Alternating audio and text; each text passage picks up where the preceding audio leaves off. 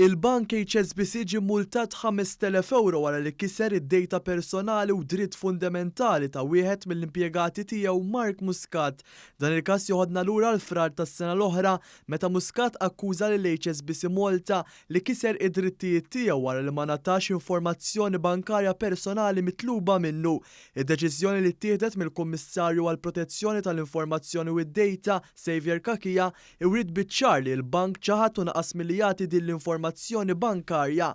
Il-Kummissarju Kakia fid-deċiżjoni qal abjad fuq iswed li l-ebda impjegat ma jista' jiċċaħħad milli jingħata aċċess għall-informazzjoni.